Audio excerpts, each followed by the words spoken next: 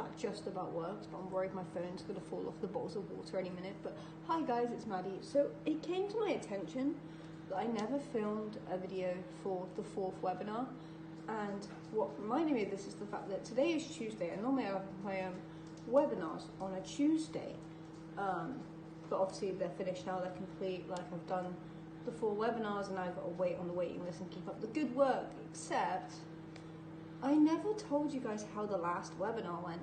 And to be honest, where it's been a week, my brain's all blurry. But let me think. It was kind of like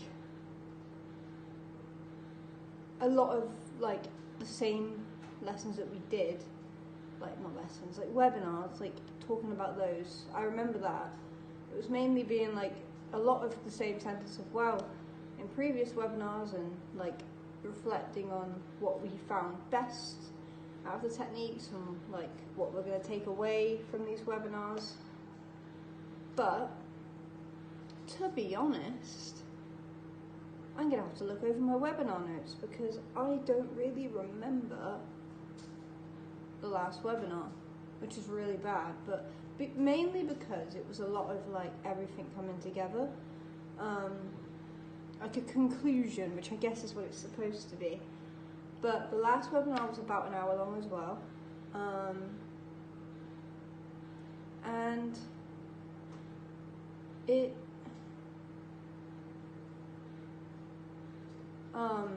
was mainly a conclusion, I guess, and saying to keep up the good work and stuff, and and to rewatch any of the webinars if we want to, and to keep working on activity logs and the stuff that worked for us, and the theories like the boom and bust cycle and the spoon theory.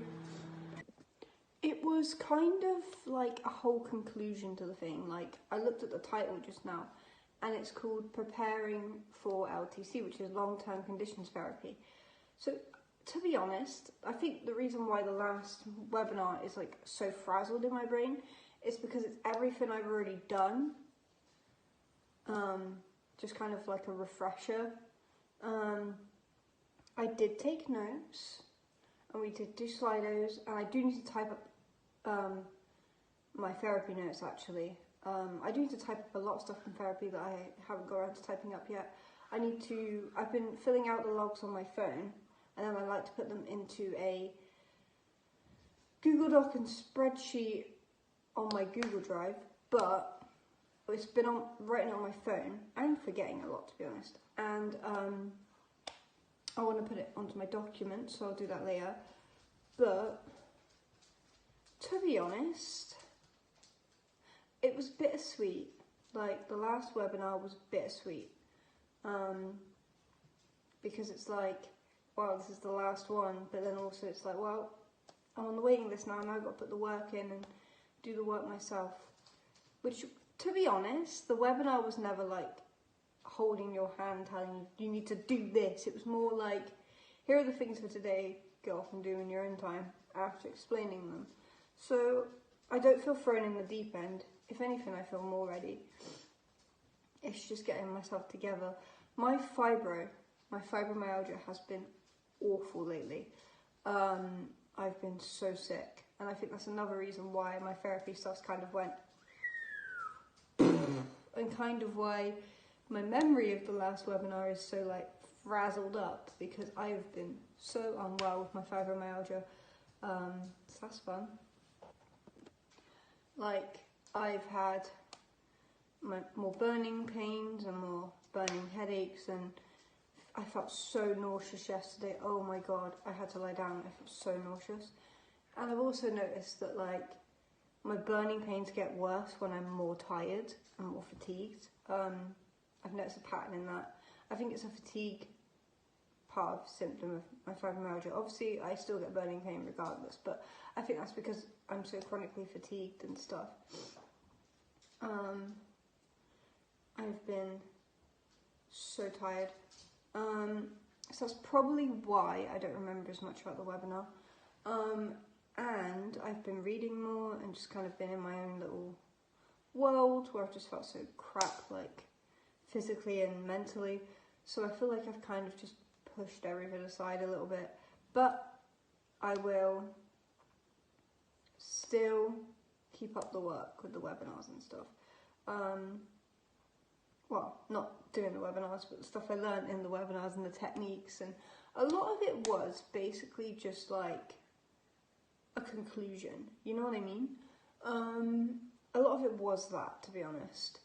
So I think that's why it's not really the most memorable in my head, because it was just basically everything else just tied up in a nice little bow. My scrambled egg is in the microwave. I shall continue this later. The lighting is god awful and my room is a mess, but we're gonna ignore that. Because I need to tidy my room, but I also want to film this before I just don't, and then it's just an incomplete video. Anyways, so I found my therapy notes, and so I can actually remember now what I did in the webinar. Brain fog be real. Literally, I completely just forgot the whole webinar. I've had a really rubbish time with my fibro lately, so that's my excuse and my actual reason. But basically, week 4 we did a recap of week 3. So like I said originally, I remembered that much, that we did like kind of a conclusion, and that was on energy management, boom and bust cycle, spoon theory, pacing and relaxation. And then the home practice, so reflect on daily spoons count. To be honest, I'm going to be honest with you guys, the spoon theory, I understand it, I understand the metaphor, but I've been struggling putting it into practice. Like, oh, how many spoons will this take me? I don't really think about it that way, you know. I don't. I just more think, oh, what energy can I spare? Which is basically the same thing, just not using the metaphor. But metaphors are great, and if you don't know already what I'm on about, go check out my last video on my shopping bag metaphor, which I do actually use. To be honest, my version of the spoon theory is shopping bags. I think, oh, well, if it takes them, like, that much energy to get up the stairs, it'll take me, like, the energy of 3 staircases. That's kind of how I use that metaphor. I'm better explaining it in this video than the actual video I did about it, which is great. But that's kind of how I see it. It's like, anytime someone, I have to do something, I think, well, this is taking me 3 times the amount. Like, doing the same task 3 times is kind of how I see it in my brain. So, I appreciate the spoons theory, but I use my own little way, and that's perfectly fine. Everyone does what's best for them. Anyways, reflect on what changes can help keep baseline number of spoons a day available. And a lot of people in my therapy group said they didn't. A lot of people that take the webinar also said in the little type thing, I don't really understand the spoons thing, but I get it, but also it's hard to put into practice, which, same. I understand it, it's just hard to put into practice, well, especially when I have my own little metaphor. So, do what works for you. But, set a goal. That didn't work for me. And safe place imaginary practice. That was awful, and I realised why. Because for me, my imagination doesn't work when my eyes are closed. Like, dreaming, obviously, yeah, but like, if, like, I don't know if this is just me, but like, say you said to me, Maddie, close your eyes and think of a box. I'm not going to be able to imagine it. But say I was zoning out or like staring into space and like, think of a box, then I can kind of see the box. My daydreaming only really works when I'm uninterrupted and my eyes are open and I'm zoned out. It doesn't work when you say to me, close your eyes and picture a field, because all I'm seeing is the bloody colours of my eyes being closed, you know?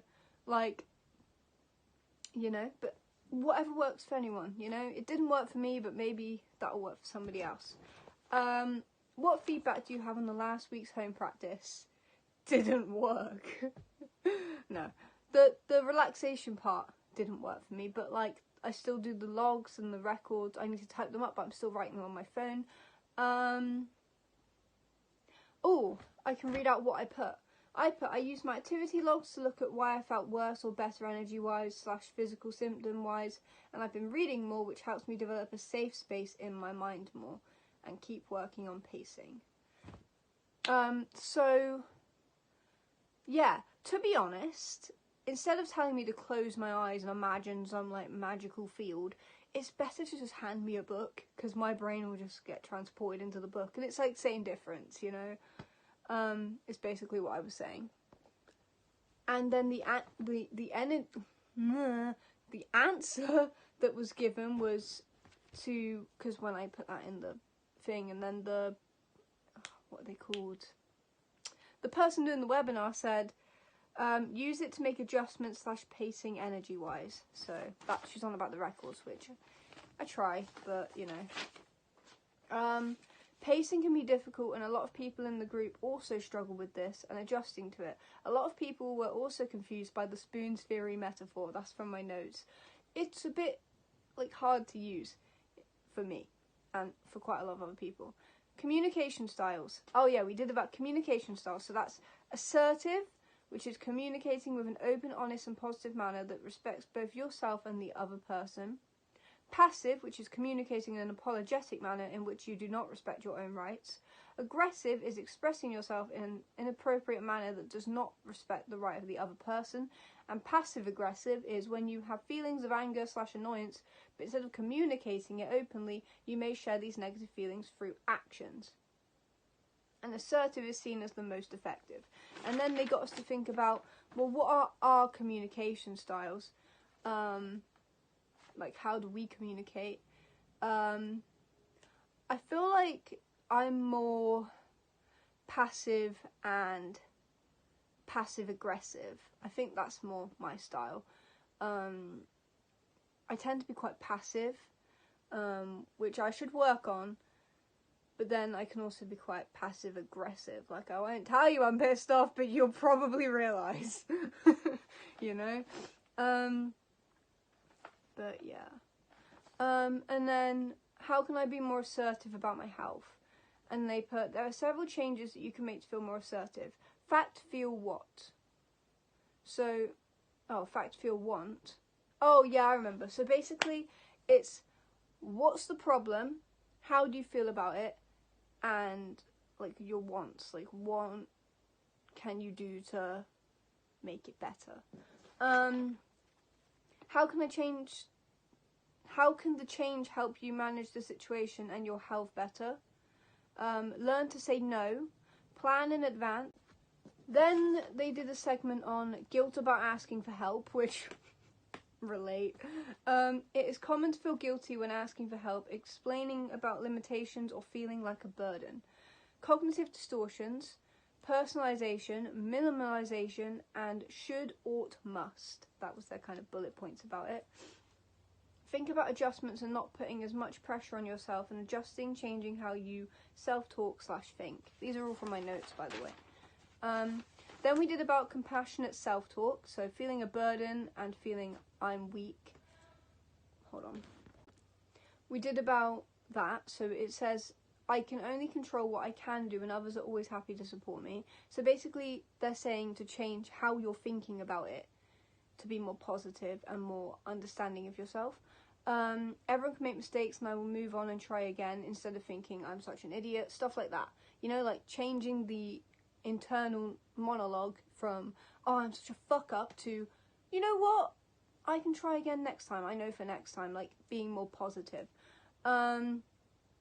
Think about how you would talk to yourself more like a friend and with compassion, which is funny because there is a video on this channel of me before the webinar, before I even went to therapy, being like, I need to be more of a friend to myself and do the right thing for me. So I was on the right lines, which is good to hear.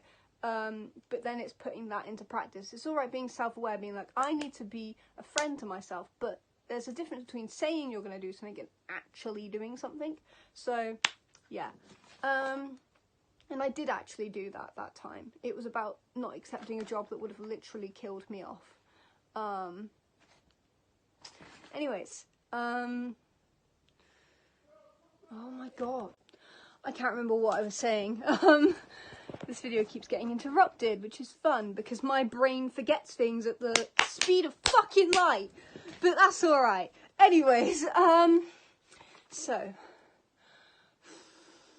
okay, so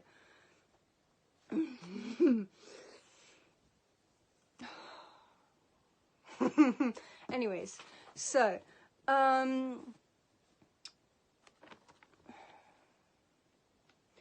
others should have other compassionate responses to guilt. So talk to a trusted source. Evaluate if you're treating yourself differently to others or if they were in the same situation. Gratitude journals. What is within your control and letting go. Celebrating the small moments and achievements. Stuff like that. Then we did about compassionate techniques, and then we did a Slido, which is like how they would interact with us while it being anonymous, and it was about what compassionate techniques will you try? And I put trying to be more positive in my self-talk and trying to treat myself like a friend. And then a lot of people in the group also said about improving their self-talk. And it's very good because before I even started therapy, I was starting to get into that mindset. So, yeah, I was on the right lines. It's just implementing those techniques. Mistakes are important for learning and progressing in yourself. Like prompts of positivity are helpful. Building your own resilience toolkit. So that basically just means personal and needs to be tailored to you and your needs. By the way, my handwriting's really shit in my notes because I was like scrabbling really fast because this webinar was extra fast again because it's only like an hour, which I didn't really like, to be honest. I wish it would have been the 2 hours and more slow paced, but oh well. Setting and respecting your own boundaries is important, something I need to work on quite a lot. Things you're already doing for your resilience that you'd like to try. How to increase your toolkit. Reflect on what skills and techniques you already have. Highlight new strategies you can do. Plan on how you can carry this out and reflect on what you learn. Increase your toolkit. Reflect on what skills and techniques you already have. Highlight new strategies you can do. Plan on how you can carry this out and reflect on what you learn. Pretty good advice. Top tips for optimism and hope. My health may not fully recover, but I can still have an important and valuable life. I might just be different from before. With this part, this is why I think that the webinar was mainly for people who like developed a long-term condition rather than was born with one, because I've always had cerebral palsy. Like, I can relate to things being different from before, because even though I've always had a disability, it's changed as I've gotten older, and I'm definitely more tired like every year, to be honest, and have more issues every year because my body's overworking itself, which is causing me more issues. So I do relate to that, about not being so hard on myself and being like, okay, well maybe it's not the same as before, but that doesn't mean that I can't make something positive out of it, kind of thing. Yeah. Building understanding of help and hinders. Have a toolkit of distractions on bad days. Remind yourself that bad days don't last forever. You'll have good ones. What are the benefits for you and important people in your life? Caring for yourself. Setting realistic goals you can believe in. We all have different ways to do things, maybe multiple ways to reach some conclusion. Talking to others. Maintaining change. Keep practicing with any changes, as it can take a while. Try not to take shortcuts. Look for temptation / going back to old habits. Spotting unhelpful thoughts and patterns. Write a letter of what has been helpful and goals over the next 6 months. Speak to others and understand warning signs and setbacks.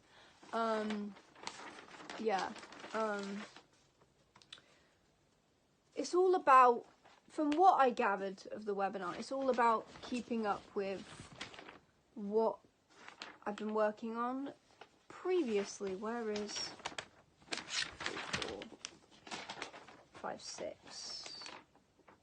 Yeah, it's all about keeping up with what we've learned over the webinar, basically. And a lot of this stuff I already knew. It's just implementing it into my life, I guess. Maintaining setbacks and relapses. This will be a big one for me, to be honest. Just do a little, anything I can do to avoid future setbacks. Focus upon the present moment. Give yourself permission to rest. Setback doesn't always mean it's going to be like this. Adjust and reset your goals. Speak to others and understand the warning signs of setbacks. How to increase readiness to engage in therapy. Being curious. Being motivated to invest time and energy into the sessions. I have been. I've been very good at keeping on top of it until this week, but I'm going to get back on it. I'm literally, even though I don't have a webinar today, I'm literally going to make sure that I do some therapy type ups today and treat it like my little therapy time. Anyways,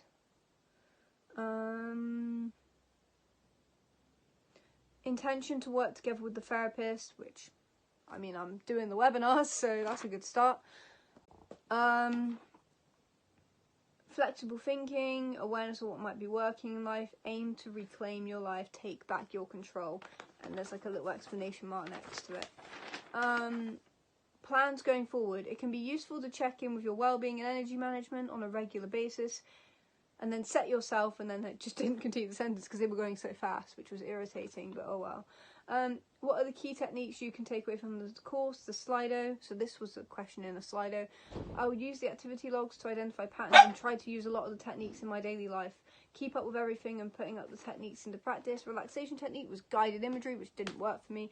And then not finding it helpful at the moment. And then my mind is blank, it won't daydream at the moment, is what I put at the bottom. Because that type of daydreaming doesn't work for me, but I do know what does, and I do know that picking up a good book is just as good as telling me to close my eyes, for me. But for you, it might be closing your eyes and thinking of a field. For me, it's picking up a book, or a video, or music. Music, oh my god, how did I forget music? Music, if I ever need to daydream, music. Like, music is my lifesaver. So yeah, that was the last webinar. It was basically a conclusion and then like making sure you're going to keep on top of everything. And then I got sent an email being like, thank you for completing the webinars. While you're waiting, blah, blah, blah, blah, blah. Basically keep up with everything. So yeah, in conclusion, I did really like the webinars. Was a bit annoyed that the last two were like kind of cut in half. Would have liked them to be like nicely paced, which is quite funny because they talk about pacing in the therapy session and then didn't pace the therapy session. But maybe it's an example of, hey, you should pace things. I know it's not, but it kind of proves it.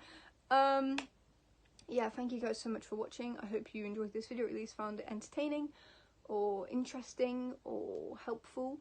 For anyone considering therapy and a bit nervous about it, I understand, but I hope you will be okay.